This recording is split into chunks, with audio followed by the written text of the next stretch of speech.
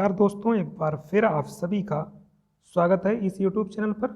और अगर आप पहली बार इस चैनल पर विजिट कर रहे हैं तो चैनल को सब्सक्राइब कर लीजिए, ठीक है। और इस वीडियो में हम उत्तर प्रदेश लेखपाल 2021 और हमारा सब्जेक्ट है ग्रामीण विकास। और ये प्रैक्टिस सेट 2 होगा। सेट फर्स्ट ऑलरेडी अपलोड किया जा चुका है, आप प्लेलिस्ट में जाके देख सकते हैं। ग्रामीण विकास लेखपाल के नाम से एक प्लेलिस्ट बनी है, उसमें प्रैक्टिस सेट फर्स्ट अपलोड कर दिया गया है, उसको भी आप देख लीजिए जाकर। तो यहाँ पर ये 700 प्लस प्रश्नों की श्रृंखला है, इसको आप फॉलो कर लीजिए। इसके बाद आपका क्वेश्चन इससे बाहर नहीं जाने वाला है। तो चलिए हम आज का वीडियो शुरू करते हैं। तो सबसे पहले कुछ इम्पोर्टेंट जो फैक्ट हैं वो मैं दिखाऊंगा, उसके बाद हम अपने 25 क्वेश्चन की तरफ चलेंगे। तो चलिए सबसे पहले आप वो फैक्ट देख लीजिए जो इम्पोर्टेंट फैक्ट हैं ग्रामीण विकास के।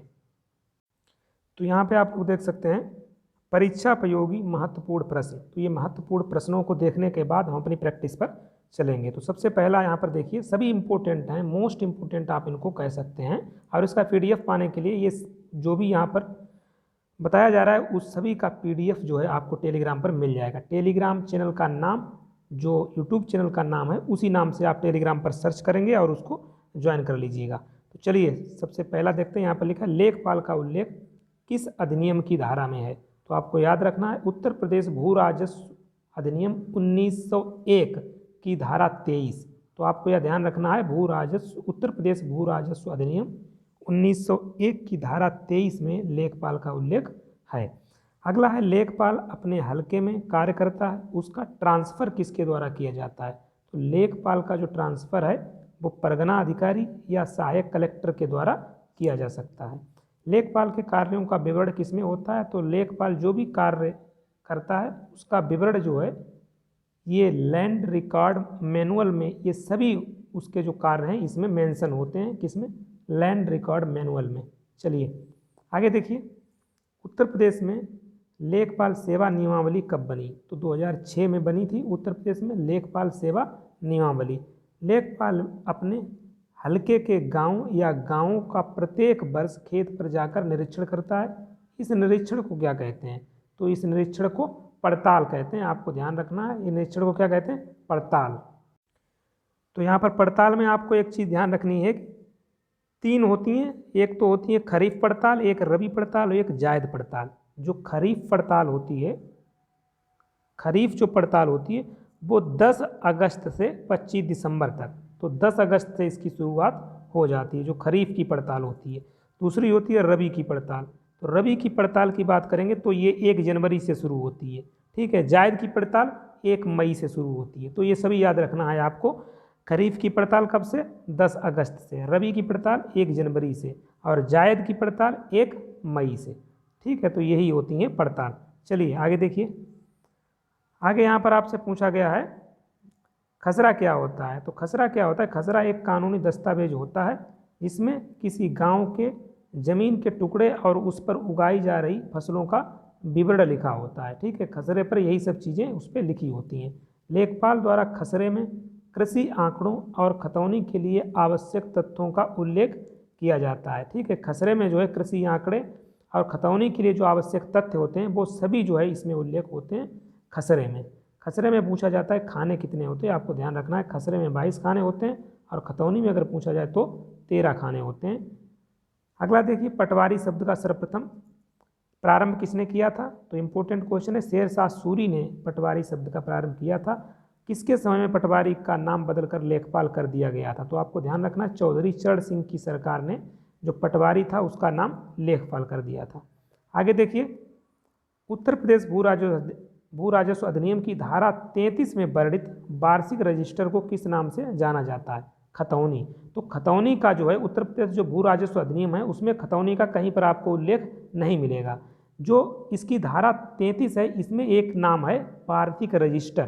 तो वार्षिक रजिस्टर को ही खतौनी बोलते हैं। वैसे खतौनी नाम इस भू राजस्व अधिनियम में कहीं पर भी नहीं है, ये आपको समझ लेना है। वार्षिक रजिस्टर नाम से है धारा 33 में, इसी को बोलते हैं खतौनी। खसरा एवं खतौनी को सम्मिलित रूप से क्या कहते हैं? अधिकार अभिलेख। अगला देखिए, भूलेख निरीक्षक कौन होता है। तो कानून को या राजस्व निरीक्षक को भूलेख निरीक्षक कहते हैं। अमीन कौन होता है? भू राजस्व की जो वसूली करता है उसी को बोलते हैं अमीन। तहसील दिवस का आयोजन होता है प्रत्येक माह के प्रथम और तृतीय मंगलवार को। दाखिल खारिज, जिसको म्यूटेशन की प्रक्रिया बोलते हैं, ये क्या होता है तो इसको देख लीजिए। जब कभी भूमि के कब्जे में परिवर्तन होता है, इसके अंतर्गत खतौनी में जोतदार के नाम का परिवर्तन किया जाता है, तो इसी को बोलते हैं दाखिल खारिज। ठीक है। कृषि वर्ष कब से कब तक चलता है, तो 1 जुलाई से 30 जून तक चलता है कृषि वर्ष।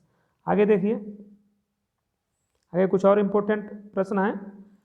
गट्ठा से क्या तात्पर्य है, तो गट्ठा का मतलब होता है, देखिए यहाँ पर समझ लीजिए, जरीब में इसके कुल माप के 10वें अंश के बराबर की नाप का एक गट्ठा होता है। जरीब में जो है, जरीब का 10वां अगर भाग आप करेंगे तो उसी को बोलते हैं गट्ठा, जो छोटी लंबाई नापने के लिए इसका यूज किया जाता है। गट्ठा बना किसका होता है, बांस का बना होता है। आगे देखिए, भूमापन के लिए जरीब एक उपयुक्त यंत्र होने के कारण इसका दीर्घ काल से प्रयोग किया जा रहा है। जरीब कई प्रकार की होती है, लेकिन इनमें से सहजानी जरीब और गंटरी जरीब का प्रचलन सबसे अधिक रहा है। सहजानी जरीब की कुल लंबाई होती है 165 फीट, और गंटरी जरीब की कितनी होती है, इससे प्रीवियस वीडियो में मैंने आपको बताया था 132 फीट। जो सहजानी जरीब होती है, इसमें क्या होता है, 9.9 इंच की 200 कड़ियाँ होती हैं। इसी प्रकार जो गंटरी जरीब होती है, यहाँ पर 7.92 की 200 कड़ियाँ होती हैं। ठीक है, ये आपको ध्यान रखना है। आगे देखिए, चकबंदी विभाग का कार्य क्या होता है। चकबंदी विभाग क्या कार्य करता है, तो किसानों की जो बिखरी जोतें हैं उनको इकट्ठा करने का काम करता है चकबंदी विभाग। चकबंदी विभाग का प्रमुख होता है चकबंदी आयुक्त। जिला स्तर पर सर्वोच्च चकबंदी अधिकारी कौन होता है, तो जिला उप संचालक चकबंदी। आपको ध्यान रखना है, पूछा जाता है जिला स्तर पर सर्वोच्च चकबंदी अधिकारी कौन होता है, जिला उप संचालक चकबंदी।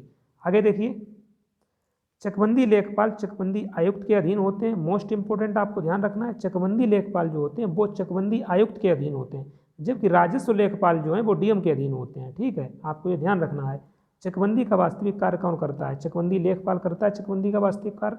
चकबंदी प्रक्रिया राज्य सरकार की कैसी प्रक्रिया है, एक कल्याणकारी योजना है। उत्तर प्रदेश में जोत चकबंदी अधिनियम कब 1953 में बना था ये।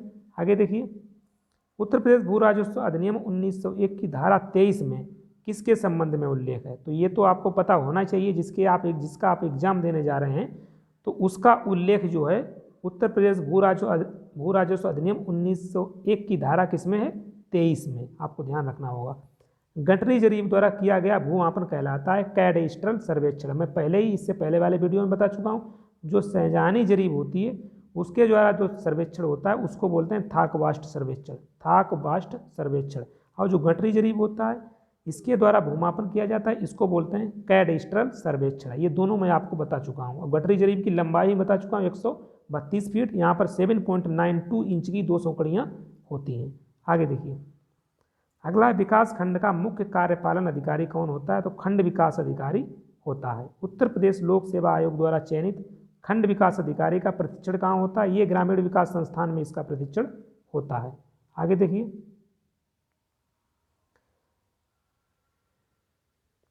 आगे यहाँ पर देखिए, ये थोड़ा बड़ा हो गया, 1 मिनट।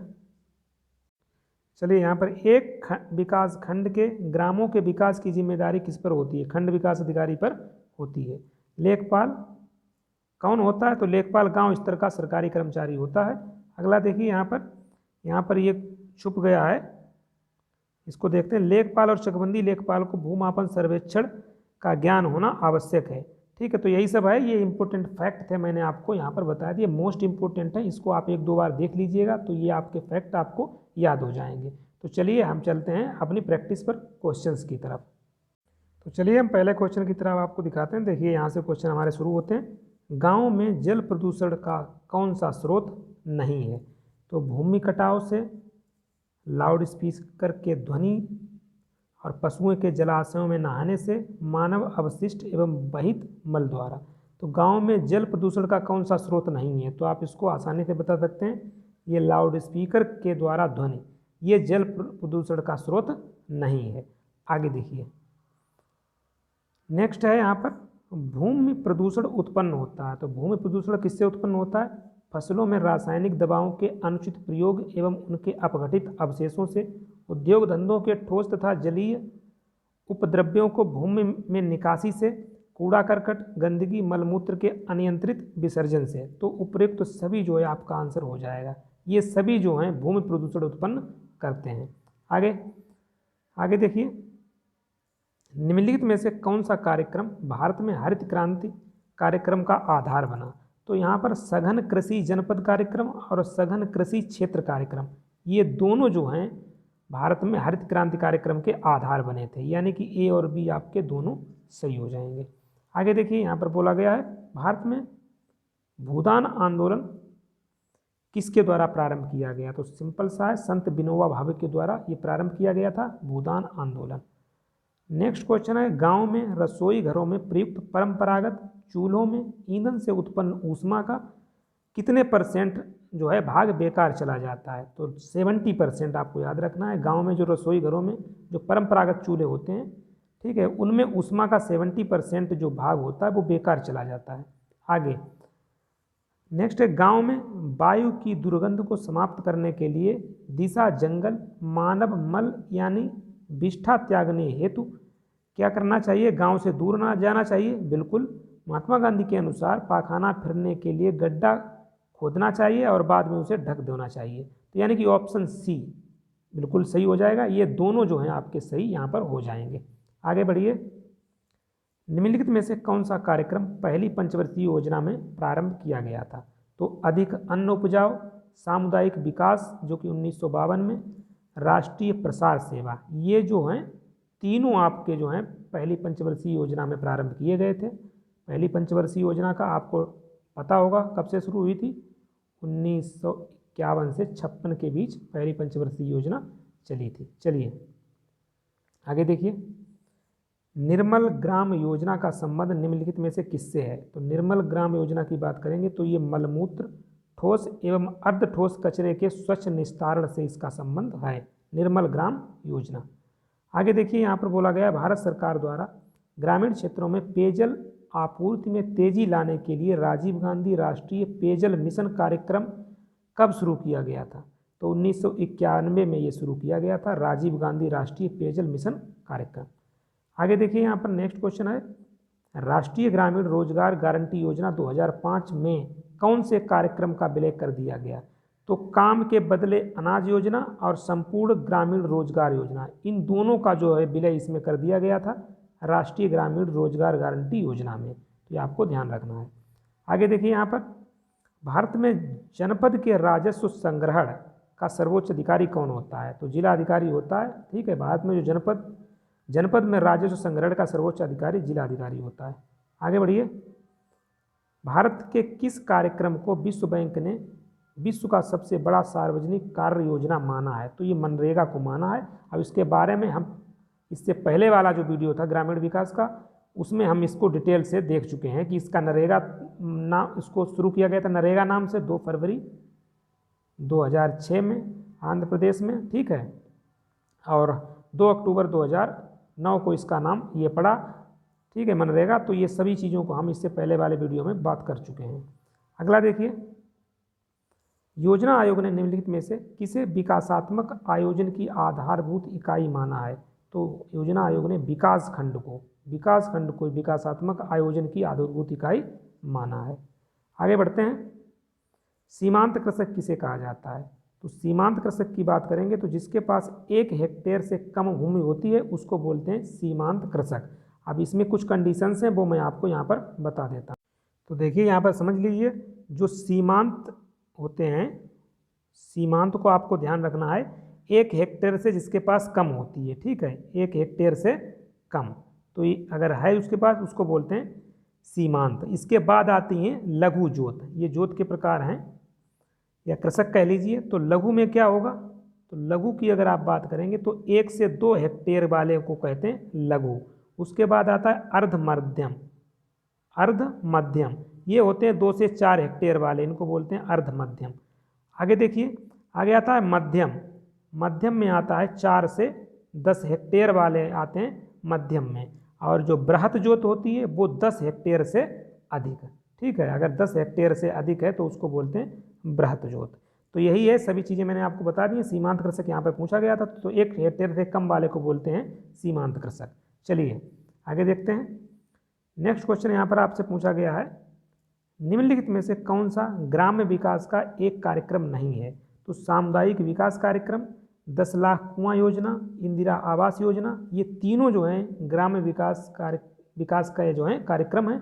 लेकिन ये जो सार्वजनिक वितरण प्रणाली जिसको पीडीएस बोलते हैं, पब्लिक डिस्ट्रीब्यूशन सिस्टम, ये जो है इसका जो है भाग नहीं है, ग्राम्य विकास कार्यक्रम का ये पार्ट नहीं होगा। यही आपका आंसर हो जाएगा।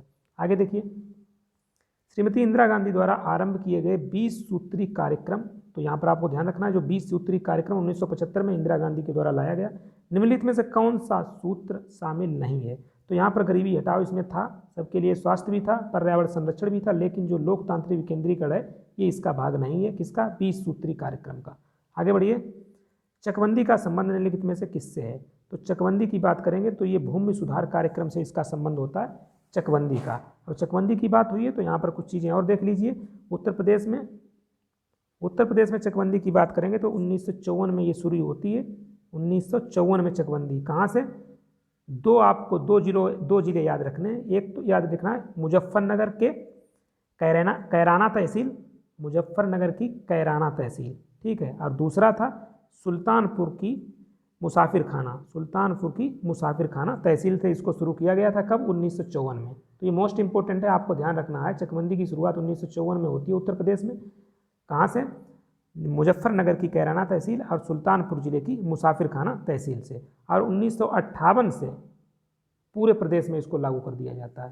तो ये आपको ध्यान रखना है। चलिए आगे बढ़ते हैं।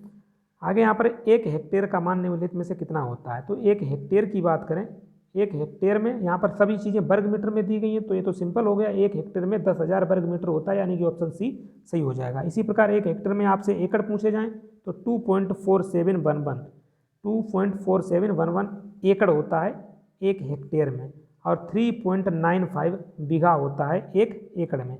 तो आपको ध्यान रखनी है। चलिए आगे देखिए, 1 एकड़ में कितना बीघा होता है? तो 1 एकड़ में कितना बीघा होता है वो भी आपसे पूछा गया, कच्चा बीघा, ठीक है। यहाँ पर मेंशन कर दिया गया है, तो मैं आपको बताता हूँ। 1 एकड़ में पक्के बीघा की, क्योंकि जब बीघा होता है तो वो उसको पक्का मानते हैं, इसीलिए यहाँ पर क्लैरिफाई कर दिया गया कि कच्चे बीघा की बात की गई है। तो 1 एकड़ में पक्के बीघा की अगर बात करोगे तो 1.6 बीघा होता है, ठीक है। बीघा का मतलब पक्का बीघा।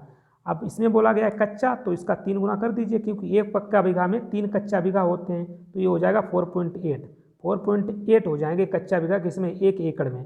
तो इसमें ऑप्शंस में आप 5 अप्रॉक्सीमेट इसको लगा सकते हैं, यही आपका आंसर हो जाएगा ऑप्शन ए, ठीक है। तो एकड़ की बात हुई है। एक और यहाँ से क्वेश्चन पूछा जाता है, 1 एकड़ में कितने वर्ग गज होते हैं? तो 4840 वर्ग गज होते हैं 1 एकड़ में, ये आपको ध्यान रखना है। चलिए आगे देखते हैं। अगला यहाँ पर क्वेश्चन देखिए, भारतीय संविधान अनुच्छेद 31B निम्नलिखित में से किससे संबंधित है?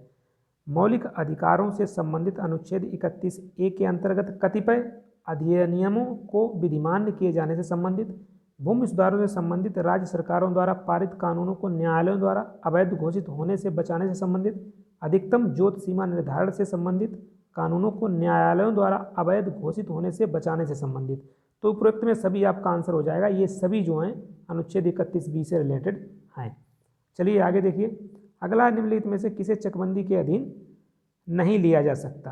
तो बाग की बात की जाए, चाहे स्थायी चरागाह हो, चाहे शमशान या कब्रिस्तान हो, तो इनमें से किसी को भी चकबंदी के अधीन नहीं लिया जाता है। तो ये सभी आपका आंसर हो जाएगा। चलिए आगे यहाँ पर बोला गया भारत में संपत्ति का अधिकार। तो आपको पता है संपत्ति का अधिकार एक विधिक अधिकार है, क्योंकि 44 जो 44वां संविधान संशोधन 1978 हुआ था, उसी के द्वारा जो है इसको जो संपत्ति का अधिकार है उसको विधिक अधिकार बनाया गया था। तो आपका ऑप्शन डी आपका सही हो जाएगा। आगे बढ़ते हैं। निम्नलिखित में से कौन सा चकबंदी का उद्देश्य नहीं है? कृषि जोतों का अपखंडन रोकना, सही है। जोतों का उपविभाजन रोकना, ये भी सही है। बड़े पैमाने की कारपोरेट खेती को बढ़ावा देना, ऐसा कुछ नहीं चकबंदी में होता है, तो यही आपका गलत हो जाएगा, ठीक है। तो चकबंदी के बारे में मैं जो फैक्ट इंपॉर्टेंट है वो मैं आपको बता चुका हूँ ऑलरेडी। कब क्या बताया? मैं बताया था 1954 में उत्तर प्रदेश में इसकी शुरुआत होती है। कहाँ से? मुजफ्फरनगर की कैराना तहसील और सुल्तानपुर जिले की मुसाफिर खाना तहसील से। और 1958 में ये पूरे प्रदेश में इसको लागू कर दिया जाता है। ये सही फैक्ट आपको दिमाग में रखने हैं, इंपॉर्टेंट है एग्जाम की दृष्टि से। चलिए आगे देखिए, भू धारण प्रणाली की रैयतवाड़ी व्यवस्था की शुरुआत भारत में किसने की? तो रैयतवाड़ी की बात करेंगे तो टॉमस मुनरो के द्वारा इसको शुरू किया गया था रैयतवाड़ी। यहाँ कार्नवालिस दिया है तो कार्नवालिस से आपको स्थायी बंदोबस्त याद आ रहा होगा, कार्नवालिस का स्थायी बंदोबस्त है। एक और यहाँ पर पूछी जाती है महलवाड़ी, तो महलवाड़ी जो है हाल्ट मैकेंजी, मैकेंजी की है ये महलवाड़ी। ये तीनों पूछी जाती हैं, आपको ध्यान रखना होगा।